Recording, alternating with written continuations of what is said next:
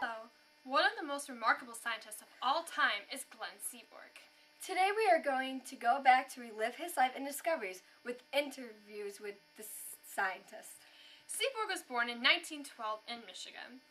He received a bachelor's degree from UCLA in 1934 and a PhD in chemistry from Berkeley in 1937. He worked with the Lawrence Berkeley National Laboratory on radiation in 1939. Seaborg married Helen Griggs on June 6, 1942. They had 6 kids, but only 5 survived. One of the organizations he belonged to was the Manhattan Project.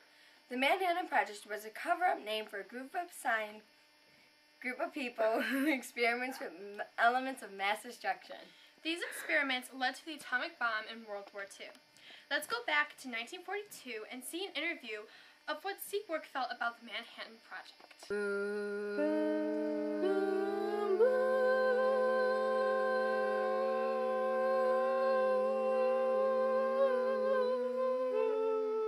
Hello, this is Persephone Clearwood from CBS Channel 2 News. I'm here with Glenn Seaborg.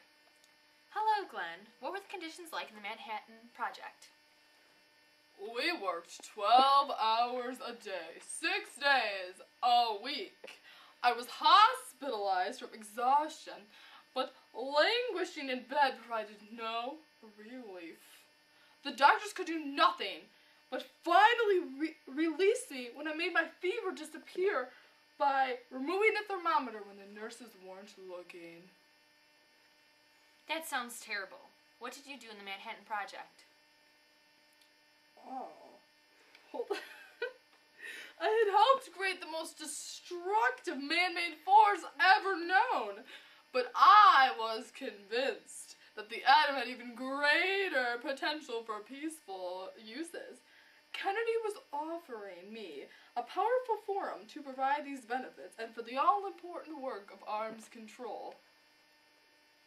Do you feel you did the right thing in making the bomb? I know I will be forever remembered as the person who helped making this terrible bomb, but I decided to become an advocate in nuclear disarmament for the rest of my life. Thank you, Glenn. You're welcome. Footage of how Seaborg felt about the Manhattan Project. The next interview takes place in 1945 and shows Seaborg talking about the elements he discovered. What elements did you and your colleagues discover?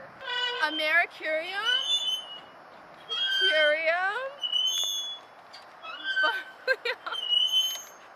berkelium, californium, my mustache is gonna fall off, Einsteinium,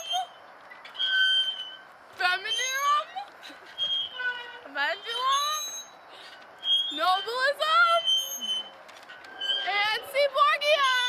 What concept did you use to create these elements? I formulated the antinide concept of how the element structure, which predicted that the antinides, including the first 11 transuranium elements, would form a trans-constant series analogous to the rare earth series of the lanthanide elements. Sadly, one thing that was not specifically mentioned in that interview was the details of the discovery of plutonium. This discovery took place in February 1941. Seaborg, Edward McMillan, Joseph Kennedy, and Arthur Wall used a 60-inch cyclotron and invaded some uranium with deuterons and transmuted it into plutonium. That's some very fascinating information. But let's get on to the Nobel Prize ceremony in 1951, where Seaborg claimed his prize. Nobel Prize goes to Glenn Seaborg on his discovery of the 10 elements.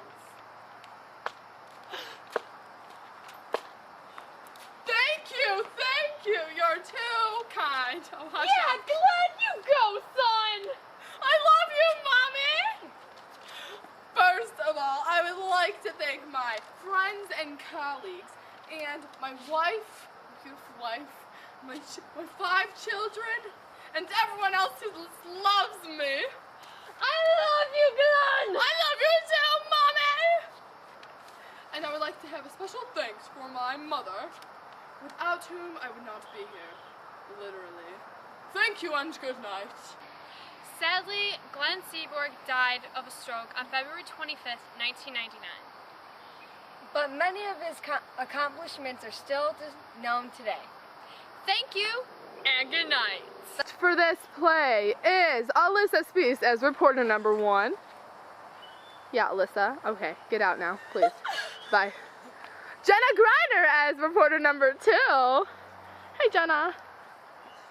And as Persephone Clearwood, we got Ariel Stengel.